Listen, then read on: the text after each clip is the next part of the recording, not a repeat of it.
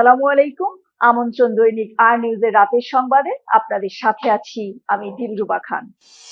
এক ব্যক্তি প্রধানমন্ত্রী পদে থাকতে পারবেন জীবনের সর্বোচ্চ 10 বছর। সংসদে ভোট দেওয়ার ক্ষেত্রে সংসদ সদস্যদের স্বাধীনতা বাড়বে। এ ধরনের 12টি মৌলিক সংস্কার প্রস্তাবে এখন পর্যন্ত একমত হয়েছে রাজনৈতিক দলগুলো। তবে সংসদের উচ্চকক্ষ গঠন, ক্ষমতার ভারসাম্য আনতে করা প্রস্তাব সহ 8টি মৌলিক সংস্কার প্রস্তাবে এখনো ঐকমত্য হয়নি। এগুলো নিয়ে দলগুলোর মধ্যে আলোচনা চালিয়ে যাচ্ছে জাতীয় ঐকমত্য কমিশন। প্রায় 10,000 কোটি টাকা খরচের পরও ডুবছে চট্টগ্রাম নগর।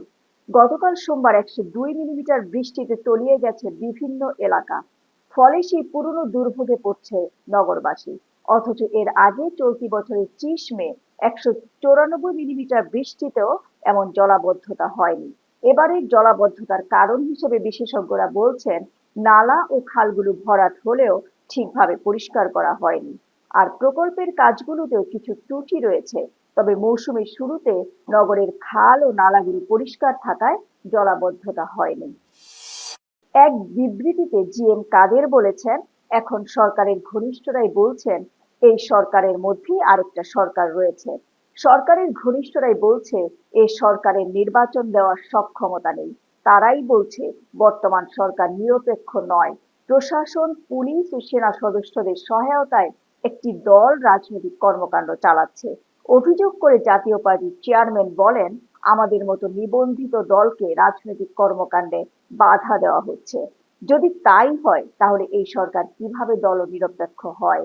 তাই অন্তর্বর্তী সরকারের রাষ্ট্র পরিচালনা গ্রহণযোগ্য নির্বাচন আয়োজনে সক্ষমতা নিয়ে প্রশ্ন উঠছে। বৃহত্তম শ্বাসমূলীয় বন সুন্দরবনে পাচারকারীদের হাতে বেশি মারা পড়ছে বাঘ। বাঘ সংরক্ষণে নানা উদ্যোগের মধ্যে গত আড়াই দশকে 21টি বাঘের স্বাভাবিক মৃত্যু হলেও পাচারকারীদের হাতে মারা পড়েছে 26টি। একই সময়ে উদ্ধার করা হয়েছে 24টি বাঘের চামড়া, 4টি মাথার খুলি ও 296টি হাড়। বাংলাদেশ ব্যাংক খাতে খেলাপি ঋণের পরিমাণ আশঙ্কাজনক হারে বাড়ছে।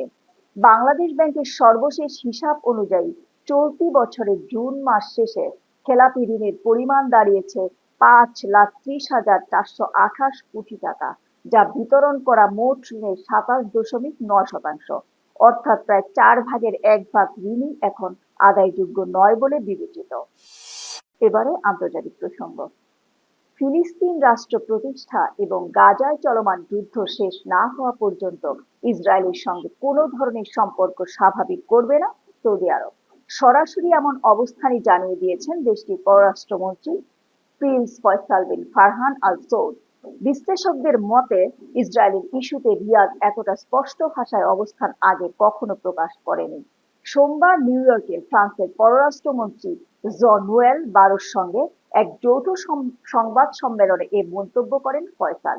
এর আগে তিনি সৌদি আরব ও ফ্রান্সের যৌথ উদ্যোগে আয়োজিত একটি উচ্চ পর্যায়ের সম্মেলনে অংশ নেন, যার মূল প্রতিপাদ্য ছিল দ্বিরাষ্ট্রীয় সমাধান বাস্তবায়ন। এবারে খেলার খবর। দক্ষিণ আফ্রিকাকে হারিয়ে অনূর্ধ্ব-19 ত্রিদেশীয় ওয়ানডে সিরিজ শুরু করেছিল বাংলাদেশ। জয়ের ধারাবাহিকতা ধরে রেখেই আজ তারা হারিয়েছে জিম্বাবুয়েকে। বাংলাদেশ জিতেছে 91 রানে। হারারেতে প্রথমে ব্যাট করে 8 উইকেটে 274 রান তোলে বাংলাদেশ। জবাবে বাংলাদেশের দুর্দান্ত বোলিংয়ের সামনে 42.2 ওভারে 183 রানে অল আউট হয়ে যায় জিম্বাবুয়ে অনূর্ধ্ব-19 দল। পরবর্তী সংবাদ দেখার আমন্ত্রণ জানিয়ে শেষ করছি এখনকার সংবাদ আয়োজন। দৈনিক আর নিউজের সাথেই থাকুন।